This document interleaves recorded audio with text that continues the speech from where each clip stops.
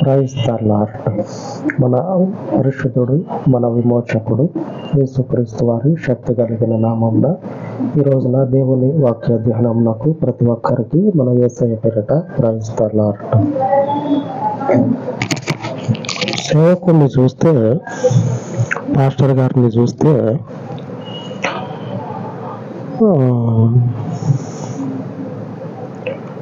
ఒక ధైర్యం అనేది కలగాల. అది కూడా ఎక్కడ లేని ధైర్యం అనేది కలగాల. ఎందుకంటే వచనంలో రాయబడి ఉన్నది,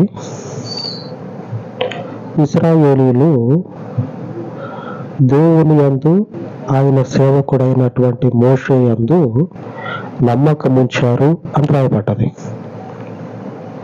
ప్రస్తుతం మనకు ఎదురయ్యే పరిస్థితులు ఎలాగున్నాయంటే, ఇక్కడ రాయబడినటువంటి లేఖనానికి భిన్నంగా ఉంది, అంటే ఆపోజిట్ గా జరుగుతూ ఉంది. సేవకుని చూస్తే ఎక్కడ లేని ధైర్యము రాకపోగా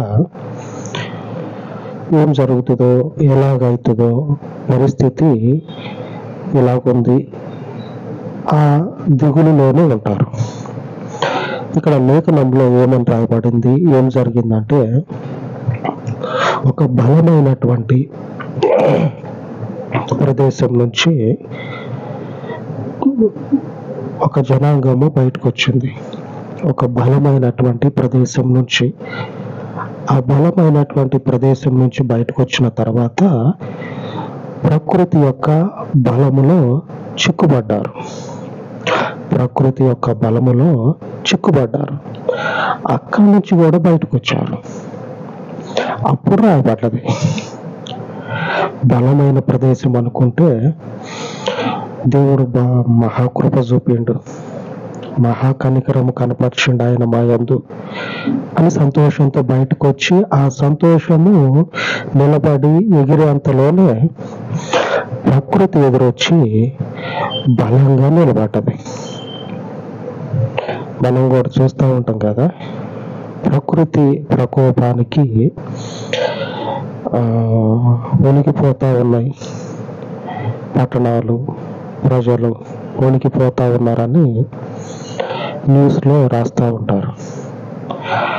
అలాగే వీళ్ళ ముందు కూడా ప్రకృతి అనేది ఎదురుపడి, ఆ ప్రకృతి బలములో చిక్కుబడిపోతే బలమైనటువంటి ప్రదేశంలో నుంచి ఎంతటి బలమును చూపించి దేవుడు బయటికి తీసుకొచ్చిండో, అదే బలముతోటి ఆ ప్రకృతిలో నుంచి కూడా, ఆ ప్రకృతి బలము నుంచి కూడా దేవుడు బయటికి తీసుకొని వచ్చిన తర్వాత ఈ ప్రజల యొక్క ఆనందానికి పట్టపగ్గాలు లేకుండా అయిపోయింది.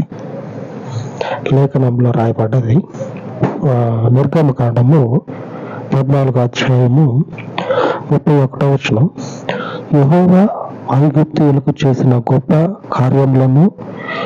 కార్యములు ఇశ్రాయేలీయులు చూచిరు కనుక ఆ ప్రజలు యెహోవాకు భయపడి యెహోవా యందును ఆయన సేవకుడైన మోషే యందును నమ్మకం ఉంచిరి. దేవుని ప్రజలు ఐగుప్తీయులకి ఒకనొక బలమైనటువంటి ప్రదేశం అని చెప్పుకున్నాం కదా, ఆ బలమైనటువంటి ప్రదేశంలో ఉన్న ఆ ప్రజలకి దేవుడు చేసినటువంటి దానిని చూసి, అలాగనే మార్గమధ్యంలో వారు ఎదుర్కొన్నటువంటి ఆ ప్రకృతి యొక్క పరిస్థితులను అనుభవించి దేవుని యొక్క గొప్ప బలాన్ని బట్టి ఏం చేస్తూ ఉన్నారంటే, దేవుని మీద నమ్మకాన్ని పోగొట్టుకోలే, దేవుని గురించి చెప్పేటువంటి ఆ సేవకుని మీద నమ్మకాన్ని కూడా పోగొట్టుకోలే. వాళ్ళు చూసినటువంటి కార్యాలను బట్టి నమ్మకం అనేది, వాళ్ళకు ఒక ధైర్యం అనేది కలుగుతూ ఉంది. సేవకుని చూస్తే చాలు ఒక ధైర్యం వస్తూ ఉంది. నేను కూడా కొన్నిసార్లు గమనించా,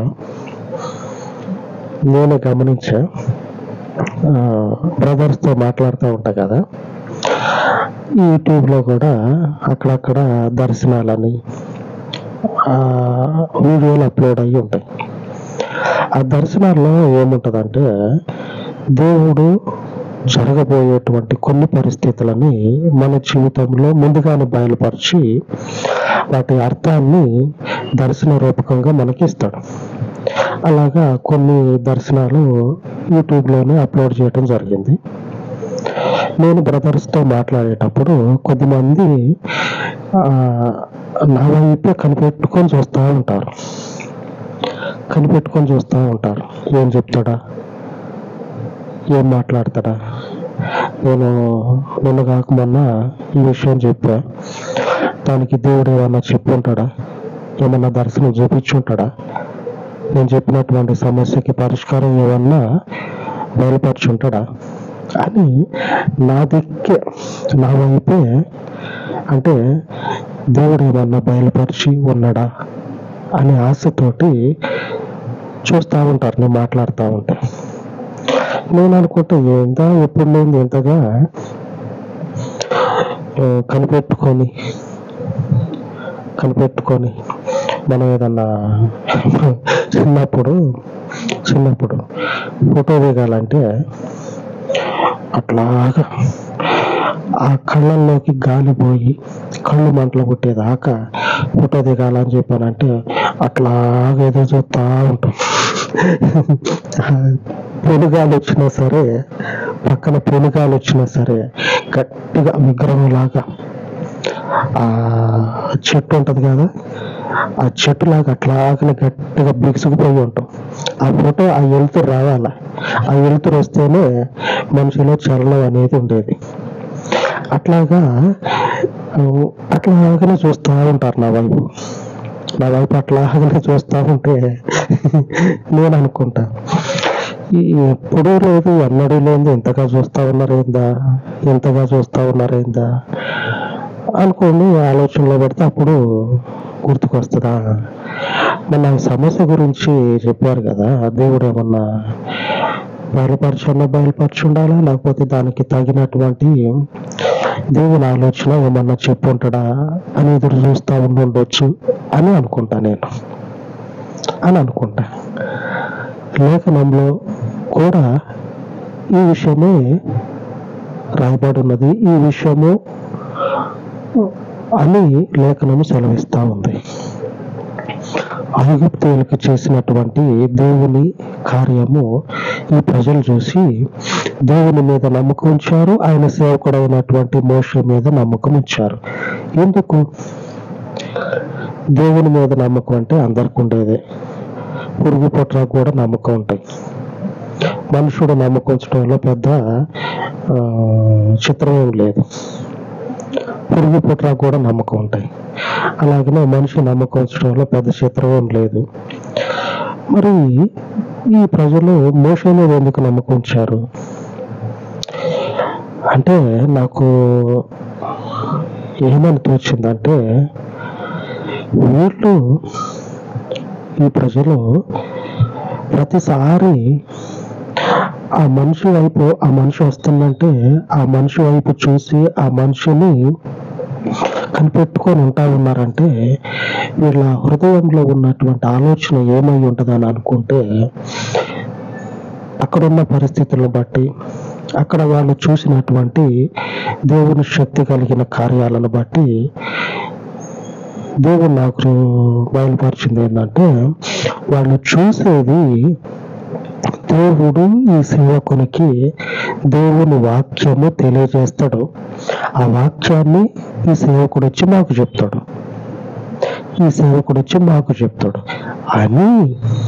అని దేవుని ప్రజలు సేవకుని వైపు వారి గురి నిలిపి చూస్తా ఉన్నారు.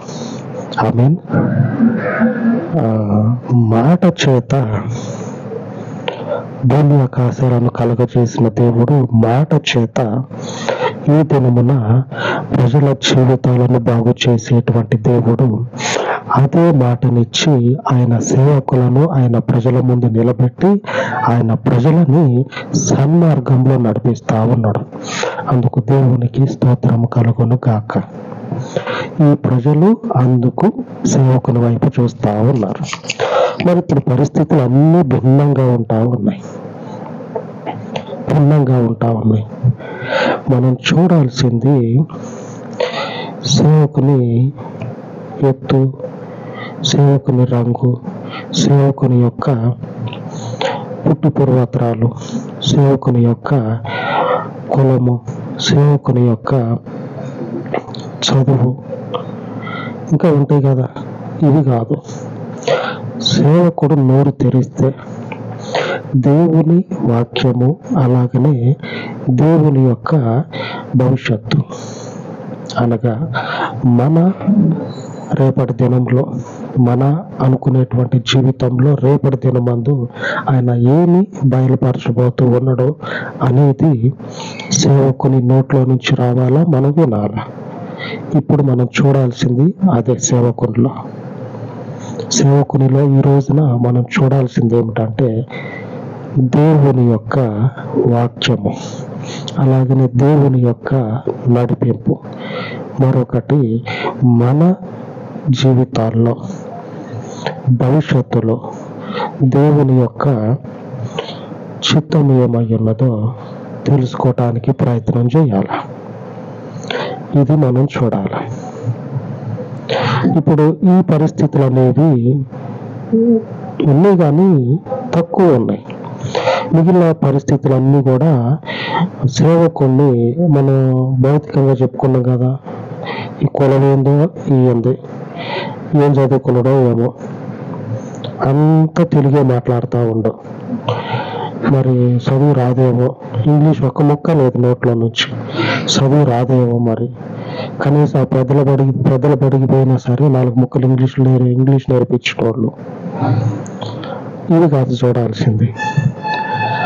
దేవుని వాక్యము, దేవుని భవిష్యత్తు సేవకుని యొక్క నోటి ద్వారా మన జీవితాలను బాగు చేయాలి. ఈ ప్రజలు అదే నమ్మకంతో ఆయన సేవకుడైన మోషే యందు నమ్మకం ఉంచారు. అందుకు ఇక్కడ రాయబడినటువంటి వచనానికి అర్థము, అందుకు అర్థం తెలియజేస్తా ఉన్నది ఏంటంటే, మోషేని వీళ్ళు ఎందుకు చూస్తూ ఉన్నారంటే దేవుని వాక్యాన్ని పట్టుకొని వస్తాడేమో, ఆ వాక్యము మా జీవితాలను బాగు చేస్తుంది అని రాయబడ్డది. కానీ పరిస్థితులు మనకి ఎలాగున్నాయి? వాక్యము పక్కకు పెడితే మిగిలిన విషయాలన్నీ ఉన్నాయి. వాక్యం పక్కకు పెట్టవద్దు. దేవుడే వాక్యము, వాక్యమే జీవనాధారం. ఆమేన్. దేవునికి స్తుతి కలుగును గాక. వాక్యము మాత్రమే మనము చూడాలి. సేవకుడు ఎవరైనా సరే మనకు సంబంధం లేదు. సేవకుని యొక్క లెక్క సేవకుడు చెప్పుకుంటాడు. మనకెందుకు సేవకునితో? ఆయన మనకు చెప్పేటువంటి వాక్యము సరి అయిందా కాదా, దేవునిదా కాదా కంపేర్ చేయాలా, పోల్చుకోవాలా. దేవుని వాక్యం అయితే సర్వ సత్యంలోనికి మనల్ని నడిపిస్తుంది. సర్వ సత్యంలోనికి, దేవుని సర్వ సత్యంలోనికి. ఆమేన్. ఈ రోజున దేవుడు మనకు వాగ్దానం చేస్తా ఉన్నాడు. ఆనాడు చూసినటువంటి ఇశ్రాయేలీయులు సేవకుని చూశారు, దేవుణ్ణి చూశారు. ఎలాగ చూశారంటే, మనకు దేవుడు ఈరోజు చేస్తూ ఉన్న వాగ్దానము ద్వితీయోపదేశకాండము 10వ అధ్యాయము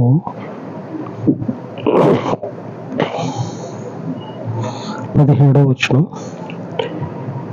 ఏలయనగా నీ దేవుడైన యెహోవా పరమదేవుడును పరమ ప్రభువునై ఉన్నాడు. నీ దేవుడు పరమదేవుడును పరమ ప్రభువునై ఉన్నాడు. ఆ పరమ ప్రభువుని మనము ఎలాగ చూడాలంటే, మన అనేటువంటి పరిస్థితులు చక్కబెట్టుకునేటట్లుగా ఆయన వైపు చూడాలి. ఆయన ఏమన్నా మనకి ఒక మాట ఇచ్చి నడిపించిపోతూ ఉన్నాడా, లేదా ఒక దర్శనం ఇచ్చి బైబిల్ ముందు పెట్టుకొని ఆ దర్శనాన్ని ధ్యానించబోయే విధంగా దేవుడు మనతో మాట్లాడబోతూ ఉన్నాడా? ఆమేన్. అట్లాగే చూడాలి. దర్శనం వచ్చిందనుకోండి, ఈ దర్శనానికి తగ్గట్లుగా బైబిల్లో లేఖనాలు ఎక్కడున్నాయి, అర్థం ఏంది, అని బైబిల్లో నేను వెతుకుతా ఉంటా. దర్శనం కనుక వచ్చింది అనుకోండి, బైబిల్లో చూస్తా. ఆ దర్శనానికి తగినటువంటి అర్థాలు అక్కడక్కడ కనపడతాయి. దేవుని యొక్క అర్థము, వాక్యము ఒక అర్థవంతమైన జీవితంలోనికి తీసుకెళ్తుంది. అది దర్శనం కావచ్చు, లేకపోతే దేవుని వాక్యము కావచ్చు. ఆ వాక్యము కొరకు మనము సేవకుని వైపు చూడాలి. మనం నమ్ముకున్నది పరమ ప్రభువు, పరమదేవుడు. ఆ పరమ దేవునిలో ఉన్న మనము సేవకుని చూడొద్దు. మన కొలపోడే అని చెప్పినని భుజాల మీద ఎక్కించుకొని తిరగొద్దు. మన కొలపోడే అయితే దేవుడు వెలివేసే పరిస్థితి వస్తుంది. కులం అనేది దేవుని కాడ నిలబడదు. క్రీస్తు రక్తము మాత్రమే దేవుని కాడ నిలబడుతుంది. క్రీస్తు రక్తము చేత కడగబడిన సేవకుని చేతిలో మీరు కనుక్కుంటే, క్రీస్తు రక్తము చేత కడగబడినటువంటి పరిచర్యలో మీరుంటే దేవుని రాజ్యంలో ఉంటారు. మన కొలపోడే అనుకొని, మనవాడే అనుకొని దగ్గరకు చేరితే దేవునికి దూరంగా ఉంటారు. కాబట్టి సేవకుని చూస్తే ఒక ధైర్యం అనేది కలగాల. దేవుడు మాట్లాడతాడు, మనకు ఒక వాక్యం ఇచ్చి మనల్ని బాగు చేస్తాడు. ఒక దర్శనం చూపించి మన జీవితానికి ఒక అర్థం తీసుకొస్తాడు. బలమైనటువంటి పరిస్థితులు మనల్ని కబలించే స్థితిగతులు ఉన్నా సరే, ఆ సమస్త స్థితిగతులను దేవుడు మన ఎగరగొడతాడు. బలమైనటువంటి పరిస్థితుల్ని. అంతటి ప్రభావము కలది ఆయన వాక్యము, ఆయన దర్శనము. అంతటి మహాదేవుని యందు నమ్మకముంచు. మనుషుని యందు కాదు, దేవుని యందు. ఆయన సేవకులైనటువంటి మోషే లాంటి ప్రవక్తల యందు. ఆమేన్. అలాగే ప్రార్థించుకుందాం. సర్వోన్నతుడా, సర్వాధికారి, భూమి ఆకాశములను నీ వాక్కు చేత కలగజేసిన పరమదేవుడవు, పరమ ప్రభువునయ్యున్న పరలోకపు దేవ, ఈ ఉదయ కాలమందు ఈ పాదముల చెంత ప్రార్థిస్తూ ఉండగా ఈ వాక్యమును తండ్రి నీరు కట్టి ఫలింపచేసి సేవకుని చూసేటువంటి నీ ప్రజలు సేవకుని యొక్క పై రూపము కాక సేవకుడు నీ వాక్యమును ప్రకటిస్తూ ఉండగా, నీ పరలోకపు చిత్తమును ప్రకటిస్తూ ఉండగా, నీ చిత్తమును, నీ పరలోకపు వాక్యమును తండ్రి అంగీకరించి వాక్యానుసారమైనటువంటి జీవితాన్ని గడుపుచు, వాక్యానుసారమైనటువంటి జీవితంలోని జయమును తండ్రి అనుభవించుచు, నిన్ను అనుసరించేటువంటి ప్రతి ఒక్కరిని మీరు జ్ఞాపకం చేసుకోనమని ఈ ఉదయకాలమందు ఈ పాదముల యొద్ద ప్రార్థిస్తూ ఉండగా ఈ ప్రార్థన మనవులను ఈ కృపలో జ్ఞాపకము చేసుకొని దీవించి ఆశీర్వదించమని సమస్త ఘనతను మీకు ఆపాదించుచు రక్షణకర్త అయిన యేసుక్రీస్తు శక్తి కలిగిన నామమున ప్రార్థించి వేడుకొనిచున్నాను తండ్రి. ఆమేన్, ఆమేన్. మన పరిశుద్ధుని కృప మనకు తోడై ఉండును కాక. ఆమేన్, ఆమేన్.